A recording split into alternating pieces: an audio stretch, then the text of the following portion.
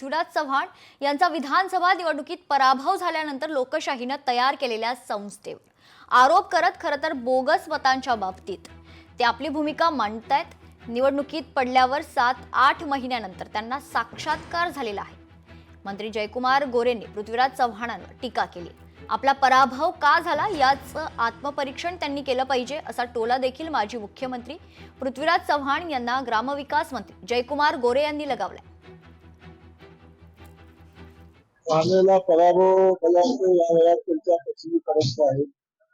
अनेक वेळा ते भारतीय जनता पक्षावर, अनेक वेळा देशातल्या विविध संस्था आहेत, लोकशाहीने तयार केलेल्या संस्था त्यांच्यावर ते आरोप करतात आणि बोगस मताच्या संदर्भातली भूमिका मांडतात। हे त्यांना निवडणुकीत पडल्यानंतर 7-8 महिन्यांनी साक्षात्कार झालेला आहे आणि आता लोकांनी दिलेला कौल स्वीकारला पाहिजे आणि आपण आपला पराभव का झालाय याचं आत्मपरीक्षण केलं पाहिजे।